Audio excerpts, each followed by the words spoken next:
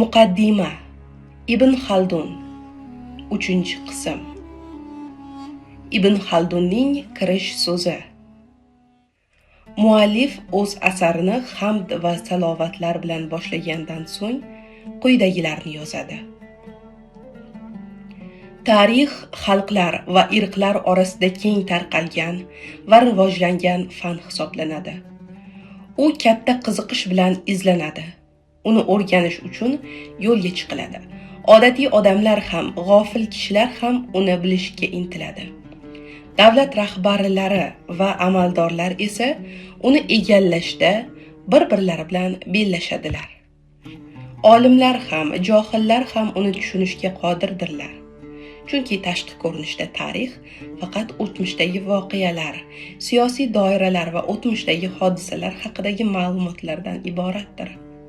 Tarix nafis tarzda taqdim etiladi va zarbul masallar bilan bezatiladi. U katta va gavjum yig'inlarga ko'ngilochar mazmun bag'ishlaydi va insonga xos ishlarni anglashga yordam beradi. U bizga qanday qilib o'zgaruvchan sharoitlarning inson ishlariga ta'sir ko'rsatganini, siyosiy doiralarning qanday qilib hududlari va hokimiyatini kengaytirgani, ma'lum hududlarni egallagach vaqti kelgach o'z o'rnini qanday qilib bo'shatib ketganini va qanday zavolga yuz tutganini ko'rsatur. Boshqa tomondan tarixning ichki ma'nosi mulohaza yuritish va haqiqatni bilishga urinishni o'z ichiga oladi. Mavjud narsalarning sabablari va kelib chiqishini nozik tahlil qilishni talab qiladi va voqealarning qanday va nima sababdan ro'y berganini chuqur o'rganishni taqozo qiladi. Shuning uchun tarix falsafa bilan chambarchas bog'liqdir. U uning bir sho'basi sifatida e'tirof etilishga loyiqdir. Yetuk tarixchilar tarixiy voqealarni to'liq jamlab, ularni kitob shaklida yozib qoldirdilar. Ammo keyinchalik tarix bilan shug'ullanish huquqiga ega bo'lmagan kishilar bu kitoblarga uydirma gap so'zlarni o'zlari to'qib chiqargan va bezatib ko'rsatgan asossiz, shubhali xabarlarni kiritdilar. Ularning izdoshlaridan ko'plari ana shu yo'ldan yurib, bu ma'lumotlarni qanday eshitgan bo'lsalar, bizlarga shunday yetkazdilar.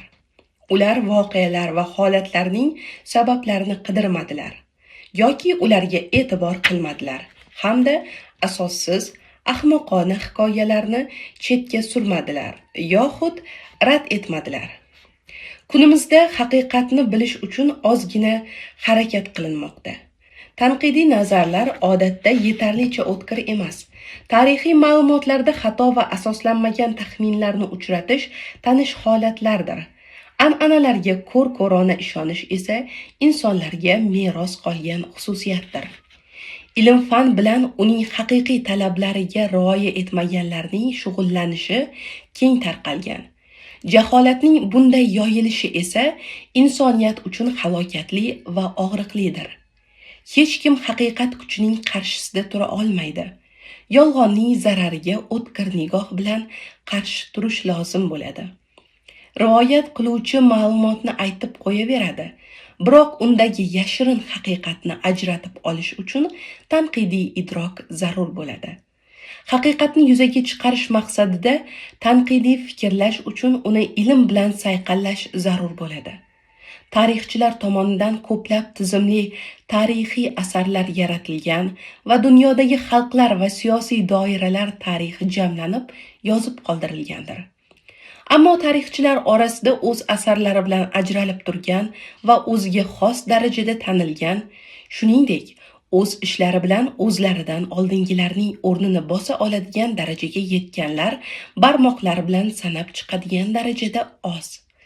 Ibn Ishoq, Tabari, Ibn Kalbi, Muhammad ibn Umar Voqidiy, Sayf ibn Umar Asadi, Mas'udi kabi mashhur tarixchilar umumiy tarixchilar safidan yorqin ajralib turuvchi shaxslar hisoblanadi. Yuqori malakali va ishonchli mutaxassislarga ma'lumki, Mas'udi va Voqidiyning asarlari ma'lum jihatlarda shubhali va qabul qilib bo'lmas darajada e'tirozli hisoblanadi. Shunga qaramay, ulardagi ma'lumotlarning umum qabul qilinganligi va ularni taqdim etishdagi o'ziga xos usullar ularning asarlarini ajratib turadi. Farosatli tanqidchi ularning qaysi qismini soxta deb hisoblashni va qaysi qismini ishonchli deb qabul qilishni o'zi yaxshi biladi. Zero, turli sivilizatsiyalar o'ziga xos jihatlarga ega bo'lib, ma'lumotlar va tarixiy asarlar ushbu jihatlarga solishtirilgan holda yo qabul qilinadi yoki rad etiladi. Ushbu mualliflarning tarixiy asarlari keng qamrovlidir. Chunki dastlabki ikki musulmon hukmron sulolalar, ya'ni Umaviylar va Abbosiylar jahon miqyosidagi ulkan geografik hududda hukmronlik qilgan bo'lib, ushbu mualliflar foydalanishi mumkin bo'lgan manbalar tanlovi juda keng bo'lgan.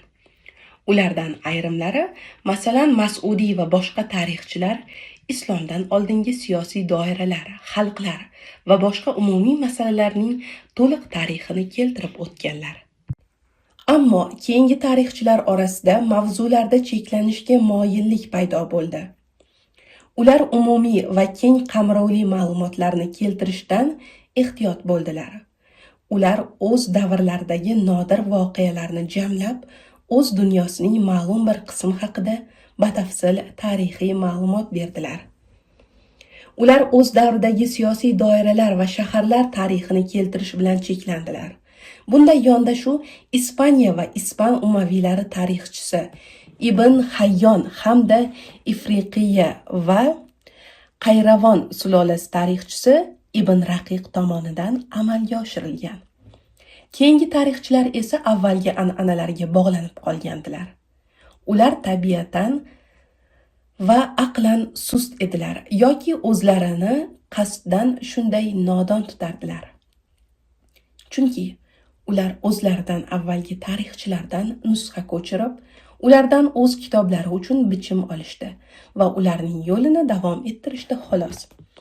Ular sharoitlar, xalqlar va irqlarning urf-odatlarida vaqt o'tishi bilan sodir bo'lgan o'zgarishlarni e'tiborga olmadilar.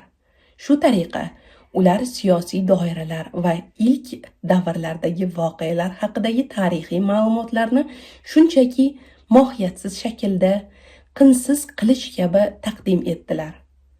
Bunday bilimlar bilim emas, balki jaholat deb hisoblanishi kerak. Chunki ularning qaysi qismi soxta va qaysi qismi haqiqiy ekani noma'lumligicha qoldi. Ular voqealarning kelib chiqishi haqida tushuncha bermadilar. Shuningdek, ma'lumotlarni turlarga ajratib, ularning xususiy farqlarini tekshirmadilar. Balki tarixiy ma'lumotlarni tahlil qilishda avlodlar osha sodir bo'ladigan o'zgarishlarning ahamiyatini e'tiborsiz qoldirdilar. Zotan uni sharhlay oladigan darajadagi inson ham yo'q edi.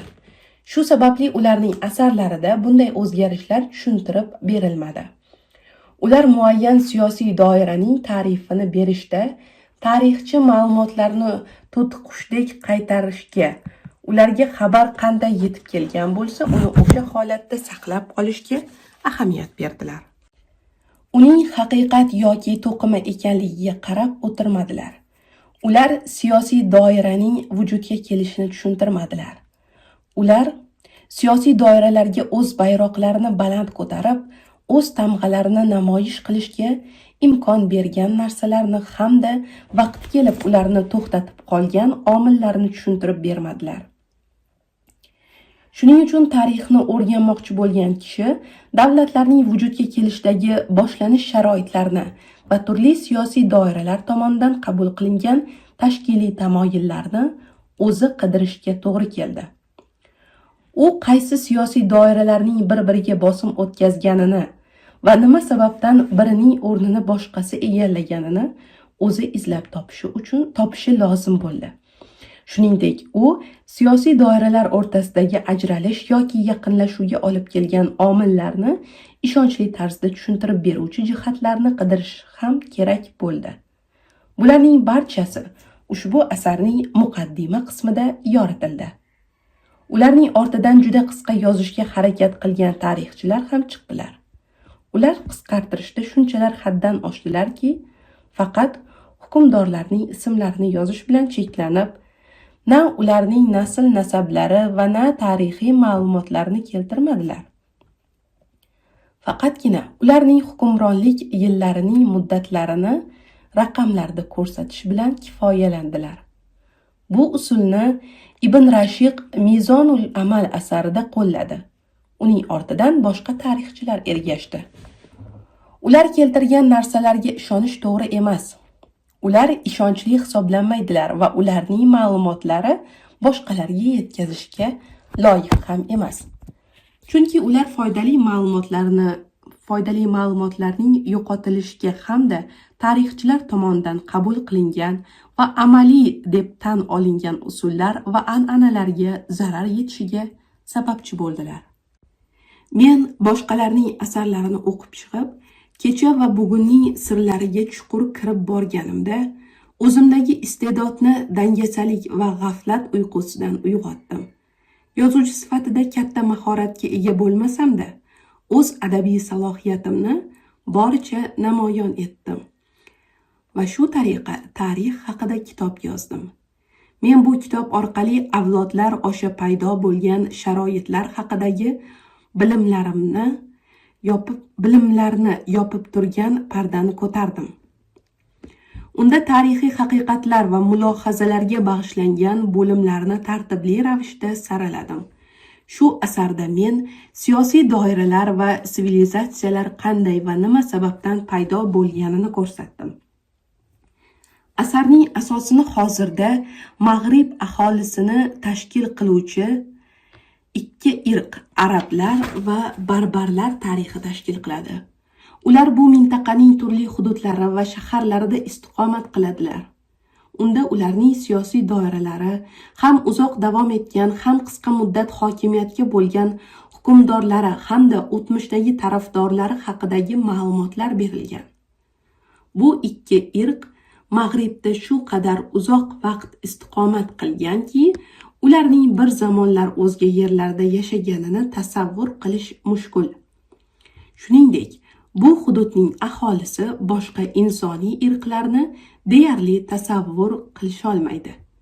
Men ushbu asarning mazmunini sinchkovlik bilan tartiblab chiqdim va uni olimlar va xos kishilar fahmiga havola etdim. Men bunda kitobni boblarga bo'lishda noodatiy tartib va usulga amal qildim. Turli imkoniyatlar ichidan juda ajoyib va o'ziga xos usulni tanladim. Ushbu asarda men sivilizatsiya, madaniylashuv va insoniy jamiyatlarning asosiy xususiyatlari haqida fikr yuritdim. Bu usul orqali o'quvchiga tarixiy voqelik qanday ekani va nima uchun shunday holga kelganini tushuntiriladi. Shuningdek, davlat tashkil etgan jamoalar tarix sahnasiga qanday kelgani ko'rsatiladi. Natijada o'quvchi ma'lumotlarga ko'r-ko'rona ishonishdan xalos bo'ladi. Tarixiy bosqichlar va xalqlarning holati haqida tushunchaga ega bo'lib, o'zidan keyin sodir bo'ladigan voqealardan ogoh bo'ladi. Men asarni muqaddima va yana 3 ta kitobga bo'ldim. Muqaddima qismida tarixchilikning ulkan ahamiyati bayon qilinadi. Uning turli usullari haqida tushuncha beriladi va tarixchilarning xatolari ko'rsatiladi. Birinchi kitobda sivilizatsiya va uning asosiy xususiyatlari, ya'ni hokimiyat, davlat boshqaruvi, kasb, hunar, hayot kechirish usullari, ishlab chiqarish, ilm-fan hamda ularning sabablari va asoslari haqida so'z boradi. Ikkinchi kitob arablarning tarixi, irqlari va sulolalari bilan bog'liqdir. Bu yaratilishning boshlanishidan to shu davrgacha bo'lgan davrni o'z ichiga oladi. Bunda arablar bilan bir vaqtda mavjud bo'lgan mashhur xalqlar va sulolalar, masalan, nabatiylar, suriyaliklar, forslar, yahudiylar, qibtiylar, yunonlar, vizantiyaliklar va turklar haqida ma'lumot keltiriladi. Uchinchi kitobda barbarlar va ularning bir qismi bo'lgan zanata xalqlarining tarixi, ularning kelib chiqishi va irqlari, ayniqsa Mag'ribdagi siyosiy doiralar va xonadonlar haqida ma'lumot beriladi. Keyinchalik men nurli ilmlarini izlash, Ka'bani tavof qilish va Madinani ziyorat qilish kabi amallarni ado etish, shuningdek, tarixga oid tizimli asarlarni o'rganish uchun Sharqqa safar qildim. Natijada men asarimdagi o'sha yerlarning arab bo'lmagan, fors hukmdorlari va ular boshqargan hududlardagi turkiy siyosiy doiralar bilan bog'liq tarixiy ma'lumotlar bo'shliqlarini to'ldirish imkoniga ega bo'ldim. Men bu ma'lumotlarni ushbu asarda yozganlarimga qo'shdim. Ular turli mintaqalar xalqlari, turli shaharlar va mintaqalar hukmdorlari haqidagi ma'lumotlarni to'ldirdi. Bu mavzuni yoritishda men qisqalik va aniqlikka amal qildim, hamda qiyin maqsad o'rniga oson maqsadni afzal ko'rdim. Men nasl-nasab jadvallaridan boshlab, ortidan batafsil tarixiy ma'lumotlarga keltirish yo'lini tanladim. Shunday qilib bu asar dunyo tarixining mukammal bayonini o'z ichiga oladi. U adashgan va o'jar hikmatni o'z yo'liga qaytarishga majbur qiladi. U turli siyosiy doiralarda sodir bo'lgan voqealarning sabablari va omillarini ochib beradi. Bu asar falsafa uchun bir javhar, tarixiy bilim uchun bir xazina bo'ladi. Asarda arablar va barbarlar tarixi, ularning ichidagi ko'chmanchi va o'troq jamoalar haqidagi ma'lumotlar o'rin olgan. Shuningdek, ular bilan bir vaqtda mavjud bo'lgan buyuk siyosiy doiralarga oid ma'lumotlar keltirilgan. Unda avvalgi davrlar va keyingi zamonlar tarixidan chiqariladigan ibratlar ham aniq bayon qilingan. Shuning uchun men bu asarlarni Ibratlar kitobi, arablar, arab bo'lmaganlar va barbarlar bilan bog'liq ilk va so'nggi siyosiy voqealar tarixi qaydnomasi, ular bilan zamondosh bo'lgan buyuk hukmdorlar haqidagi kitob deb nomladim. Men irqlar va siyosiy doiralarning kelib chiqishi, ilk zamonlarda xalqlarning vujudga kelishi, so'ngra o'tgan davr ichida ular va diniy jamoalar ichidagi o'zgarishlar va evrilishlarning sabablaridan biror narsa qoldirib ketmadim. Shuningdek, siyosiy doiralar va diniy jamoalar, shaharlar va qishloqlar, kuch-qudrat va zaiflik, ko'pchilik va ozchilik, ilm-fan va hunarmandchilik, foydalar va zararlar, umumiy sharoitlarning o'zgarishi, ko'chmanchi va o'troq hayot tarzi, voqelik va kelajakda sodir bo'lishi kutilayotgan hodisalar, sivilizatsiyada sodir bo'lishi mumkin bo'lgan barcha narsalarni qamrab oldim. Men barcha masalalarni mukammal va to'liq bayon qildim, hamda ularning mavjudligiga oid dalillar va sabablarni tushuntirib berdim. Natijada ushbu kitob noodatiy bilimlar va tanish bo'lsa-da, ko'zdan yashirin bo'lgan hikmatlarni o'z ichiga olgan noyob asarga aylandi. Ammo shundan keyin ham men o'tmish va hozirgi zamon olimlarining ishlariga nazar tashlar ekanman. O'z asarimdagi kamchiliklarni his qilaman. Bu murakkab mavzuga chuqur kirib borishga ojizligimni tan olaman. Men ilmiy salohiyat va teran bilimga ega bo'lgan insonlar bu kitobga befarqlik bilan emas, balki tanqidiy nigoh bilan nazar tashlashlarini va undagi uchratilgan xatolarni tuzatib ketishlarini istardim. Chunki har bir olimning ilmiy boyligi cheklangandir. Kamchiliklarni tan olish tanqiddan qutqaradi. Ilmiy hamkasblardan shafqat va yaxshi munosabat umid qilinadi. Amallarimiz qabul bo'lishini yolvorib so'rayman. Men bu ilmning muammolarini hal qilib, teran nigohga ega insonlar uchun ilm mash'alasini yoqib, tarix ilmi yulduzini porlatgach, shuningdek, boshqa ilmlar ichra tarixning o'ziga xos yo'li va yondashuvini belgilab, ilmlar fazosida uning doirasini kengaytirib, uning ustunlarini o'rnatgach, asarning bir nusxasini mamlakatlar fotihi va yetakchimiz bo'lgan sultonimizning kutubxonasiga hadya qildim. U kishi dunyodan yuz o'girgandan buyon itoatkor va zohid kishilar xulqi ila bardavom ziynatlandilar. Ulug' sha'an va maqtovli fazilatlar eng yaxshi xulq va odoblar, qizlar bo'yniga taqadigan marjonlardan ham go'zalroq fazilatlar bilan bezandilar. U kishi kuchli azmu qaror va ulug'vorlik sohibidir. Mustahkam poydevorga ega davlatining sharafi balanddir. Uning yuksakligi va maqomi azizdir. U turli ilm va foydali narsalarni o'z shaxsida jamlagandir. U tarqoq va qo'lga kiritilishi qiyin bo'lgan ilmlarni tartibga solgan, o'tkir va nozik fikri bilan insonning aql idroki sharafini ko'rsatishda samoviy belgining namoyishi bo'lgan, ne'matining bulog'i shirin, lutfi pistirmada turgan askardek mashaqqat payti hozir bo'lur. Uning rahmati kalitlari ulug'vordir. U rahmati bilan buzilgan zamonni keng ko'lamda isloh qildi. Buzilgan holat u odatlarni tuzatdi va halokatli ofatlarni yo'q qildi. Zamonga yoshlik davri ravnaqini qaytardi. Uning dalil va hujjatlari kuchli bo'lib, ularni o'jar kishilarning inkorlari, injiq va ters odamlarning shubhalari yo'qqa chiqara olmaydi. U zot Abu Foriz Abdulazizdir. U ulug' sulton, mashhur Abu Solimning o'g'lidir. U kishi esa ulug' sulton Amir Abul Hasan ibn Sa'da o'g'lidir.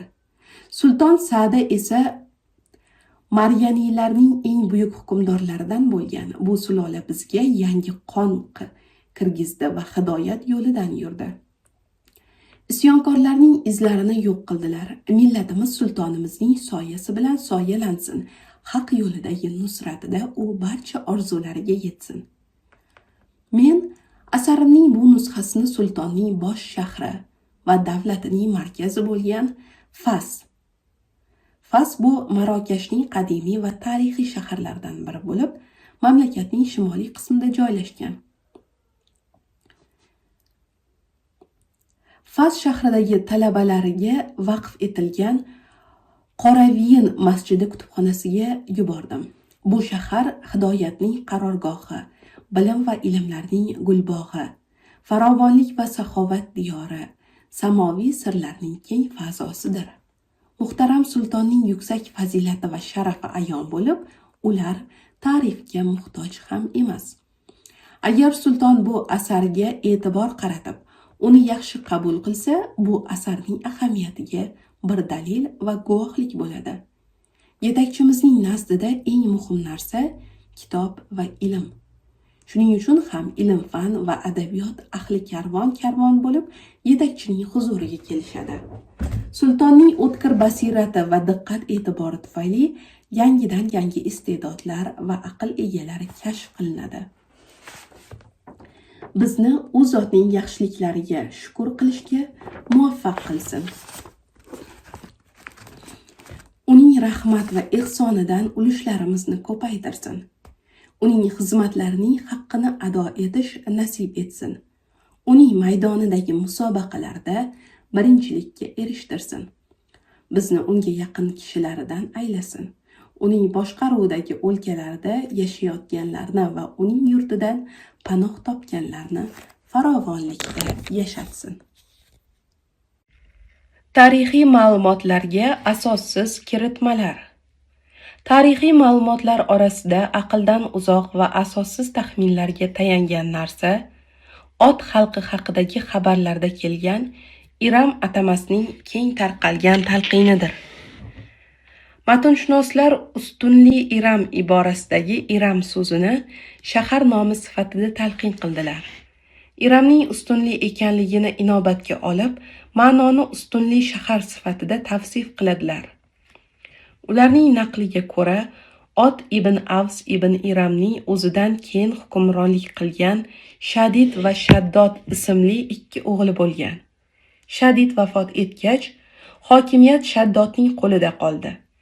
Boshqa hukmdorlar uning hukmiga bo'ysundilar.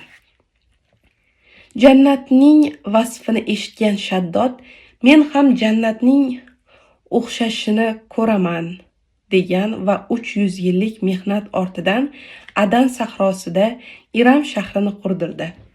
Uning o'zi esa 900 yil umr ko'rgan deyishadi. Iram katta shahar bo'lib, oltin saroylari, yoqut va zabarjad toshli ustunlari bo'lgan. Unda turli xil daraxtlar va jo'shqin jilg'alar mavjud bo'lgan. Shahar qurilishi tugagach, Shaddod o'z xalqini olib u yerga yo'l oldi. Ammo shahar chegarasiga bir kecha kunduzlik masofa qolganida osmondan dahshatli qichqiriq tutishi ortidan ularning hammasi halok bo'lgan. Bu hikoyani Tabari, Salibi, Zamaxshari va boshqalar keltiradi. Ular buni sahoba Abdulloh ibn Qilobadan shunday hikoya qiladilar. U kishi tuyalarini izlab ketganida Iram shahriga duch kelgan, undan o'zi ko'tara olganicha qimmatbaho narsalarni olib chiqib ketgan edi. Hukmdor Muaviya bundan xabar topgach, Abdullohni chaqirib, uning hikoyasini tingladi. Muaviya so'ng Ka'b ul Ahborni topdirib, undan bu haqda so'radi. U esa shunday dedi: Bu ustunlari bor Iramdir. Musulmonlardan qizg'ish rangda, past bo'yli, qoshida va bo'ynida xoli bor odam tuyasini izlab chiqqanda bu shaharga kiradi. Ka'b bu so'zlarni aytib, yuzini burib, Ibn Qilobani ko'rgach, qasamki, bu o'sha odam degan. Shundan so'ng kunimizga qadar dunyoning hech qayeridan bu shahar haqida hech narsa eshitilmadi yoki hech qanday xabar ham kelmadi. Shahar qurilgani aytilgan Adan sahrosi esa Yaman o'rtasida joylashgandir. Uning madaniyati hali ham davom etmoqda. Dalillar va yo'l ko'rsatuvchilar har tomonlama bu yerning yo'llarini o'rganib chiqqan bo'lsalar-da, bu shahar haqida hech qanday xabar topmaganlar. Tarixchilar yoki biror xalqqa mansub kishilarning hech biri uni tilga olmagan. Agarda rivoyatchilar uning boshqa qadimiy obidalar kabi yo'q bo'lib ketganini aytganida, buni haqiqatga yaqinroq deyish mumkin edi, lekin ularning so'zlariga ko'ra bu shahar hozir ham bordir. Ularning ba'zilari Damashqning ot xalqi mulkida bo'lganiga tayanib, Iram shahrining Damashq ekanligini aytadilar. Boshqalari esa xayolga shunchalar berilib ketganlarki, bu shaharni sezgi a'zolari bilan idrok qilib bo'lmasligi, uni faqat maxsus sehrgarlar va jodugarlar topishi mumkinligi ta'kidlaydilar. Bularning barchasi xurofotga o'xshash da'volardir. Matinshunoslarning aynan shu ma'noga yo'naltirgan narsa grammatik tahlil taqozosi bo'lgan. Ular asl jumladagi imat sifatini ustunli deb sharhlaganlaridan keyin ustunli Iramning ma'nosi shahar bilan cheklanib qolgan. Ular aynan shu talqinda bayon qilishlariga Abdulloh ibn Zubayrning ushbu arabcha ikki so'zni izofaga ko'ra tanvinsiz shaklda o'qiganlari ham asos bo'lgan. Shundan keyin matn sharhlovchilari hazilomuz to'qima ertaklarga o'xshaydigan, ko'proq yolg'onga yaqin bo'lgan bunday hikoyalarni qabul qilaverganlar. Aslida esa imat so'zidan murod chodirdagi ustunlar, hatto chodirlarning o'zi edi. Agar imat so'zi orqali haqiqatan ham bino ustunlar nazarda tutilgan bo'lganida ham bu so'z bilan ot xalqi tavsif qilingan bo'lar edi. Chunki ularning qudrati yaxshi ma'lum bo'lgan va ularning umumiy ma'noda bino va ustunlari bor odamlar sifatida tasvirlash mumkin edi. Lekin Iram so'zi aniq bir shahar yoki bino sifatida talqin qilinmaydi. Agar Abdulloh ibn Zubayrga muvofiq bu jumla izofa shaklida o'qilsa ham, bu Qurayshning Kinona bilan yoki Ilyosning Muzar bilan yoki Robiyaning Nizor bilan bog'liqligi kabi qabilaviy munosabatlarni ifodalash uchun ishlatilgan izofa bo'lishi mumkin edi. Holat shunday ekan, asli va asosi yo'q soxta hikoyalar uchun bunday ehtimoldan yiroq talqinlar orqali matnni sharhlash maqsadida ayyor va chalkash yo'llarga murojaat qilishga qanday zarurat bor, hayronman. Horun Rashidning Barmakiylarni yo'q qilganining sababini tushuntirish bilan bog'liq hikoyalar ham tarixchilarning yoppasiga naql qiladigan yana bir to'qima rivoyatlardir. Bu Xorin Rashidning singlisi bo'lgan Malika Abbosa va uning mavlo Barmaki Ja'far ibn Yahyo ibn Xolid haqidagi hikoyalar. Bu hikoyaga ko'ra Xorin Rashid yig'inlarda Abbosa va Ja'far bilan birga may ichishga juda berilganidan ikkisining xilvatda yolg'iz qolmasliklari sharti bilan ularning nikohlanishiga ruxsat bergan edi. Bundan Malikaning begona erkak bilan yig'inlarda birga o'tirishning ma'lum qoidalarga mos bo'lishi maqsad qilingan edi. Biroq Abbosa o'zining Ja'farga bo'lgan kuchli muhabbatidan u bilan yolg'iz qolishni istab, hiyla ishlatgandi. Natijada Ja'far Malika Abbosa bilan qo'shilgan. Tarixchilar bu voqeaning sarxushlik holatida bo'lganini aytadilar. So'ngra Abbosa homilador bo'lib qolgan. Bu voqea Xorin Rashidga yetib borganida u juda g'azablangan. Hayhot, bu hikoya qayerda-yu Abbosaning ma'naviy, nasliy va ulug'lik martabasi qayerda? Bo'ladigan holatmi?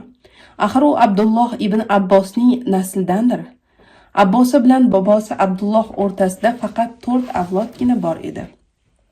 Ularning har biri Abdullohdan keyin millatning eng sharaflilari va eng ulug'laridan edilar. Abbosaning shajarasi quyidagicha edi. U Muhammad Mahdiyning qizi, u Abul Ja'far Abdulloh Mansur o'g'li, u Muhammad Sajjod o'g'li, u Ali o'g'li edi. Hukmdorlar otasi sifatida tanilgan Alining otasi tarjimonul Qur'on sifatida bilingan Abdulloh. Uning otasi esa payg'ambar alayhissalomning amakilari Abbos edi. Demakki, Abbosa bir Abbosiy hukmdorning qizi hamda boshqa Abbosiy hukmdorning singlisi edi.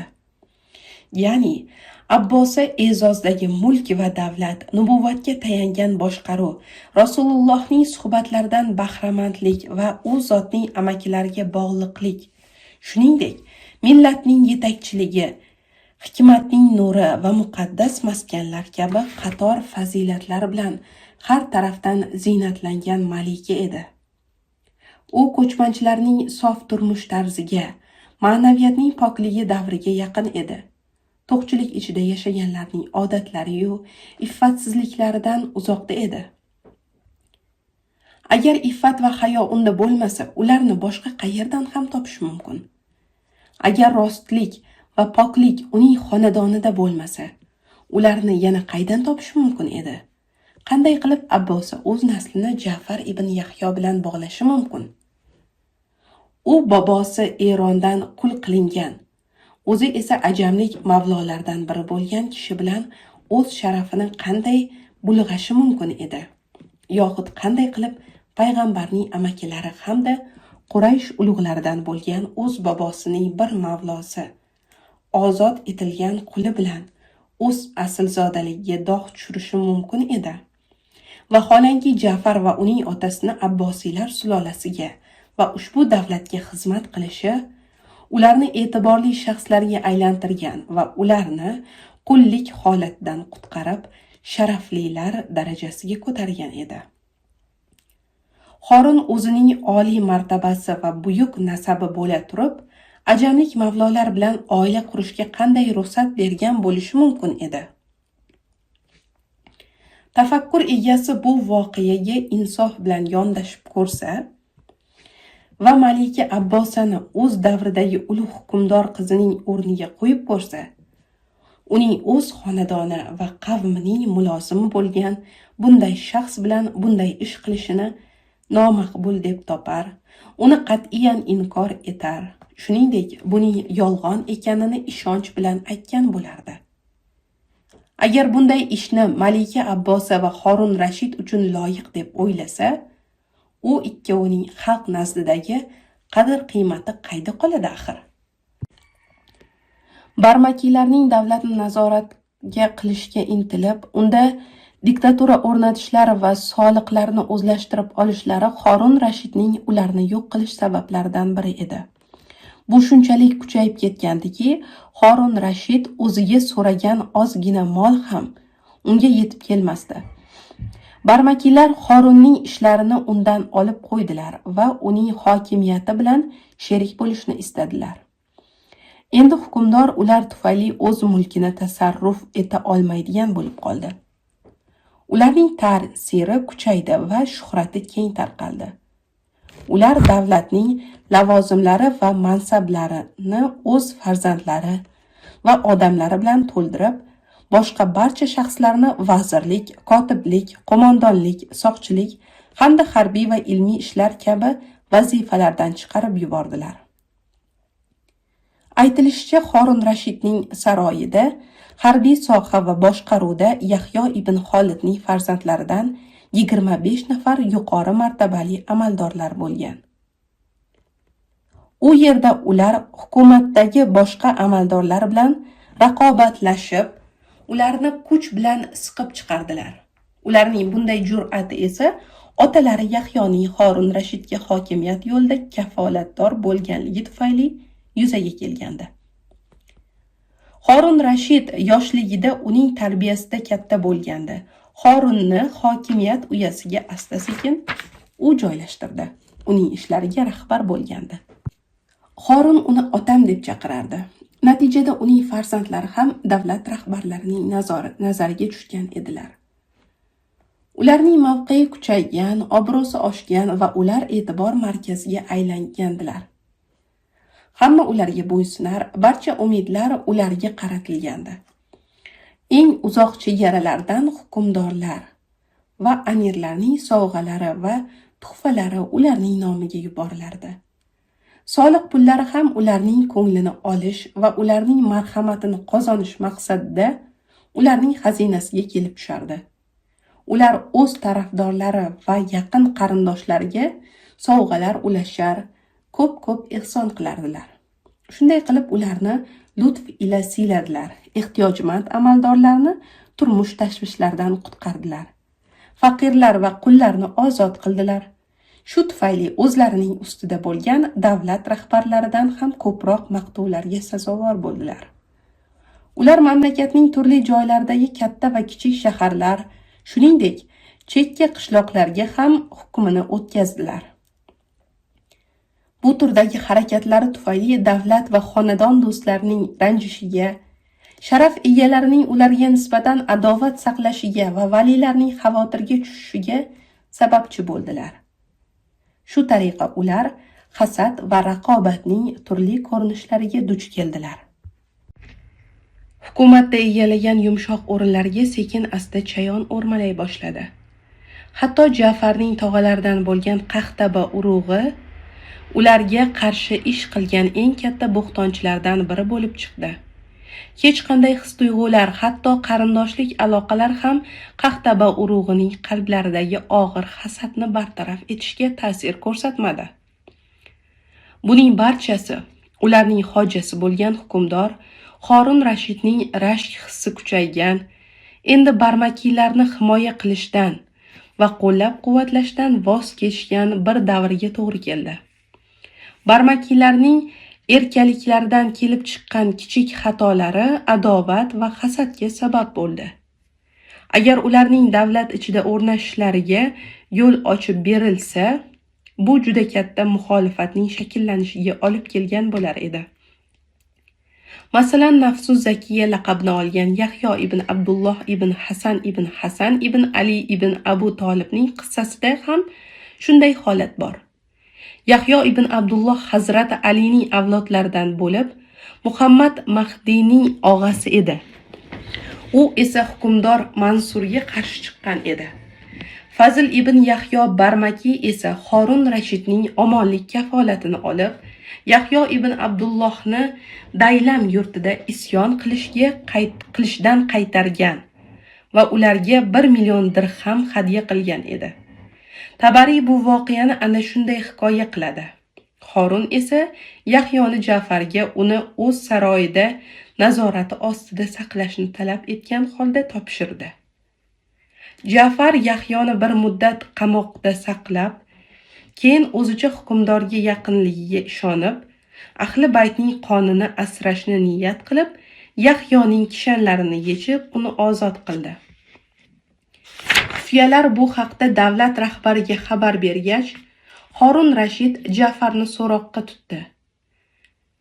Ja'far darhol vaziyatga baho berib, men uni ozod qildim dedi. Horun Rashid uning bu ishidan rozi bo'lganday ko'rindi, lekin norizoligini ichiga tugib qo'ydi. Ja'far bu harakati bilan o'z oilasining falokatiga sababchi bo'ldi. Ularning maqomi va nufuzi tebrandi. Ularning boshiga falokat yomg'irini yog'dirdi. O'zlari va qasrlari yer bilan yakson bo'ldi. Ular hukmronlik qilgan zamonlar keyingi avlodlar uchun dars va ibrat bo'ldi. Ular haqidagi xabarlar, davlati va iqbolining ravnaqi hamda munosabatlari haqida fikr yuritgan kishi shubhasiz ta'sirlar va voqealarga sabab bo'lgan ushbu omillarni topadi. 3-qism tugadi.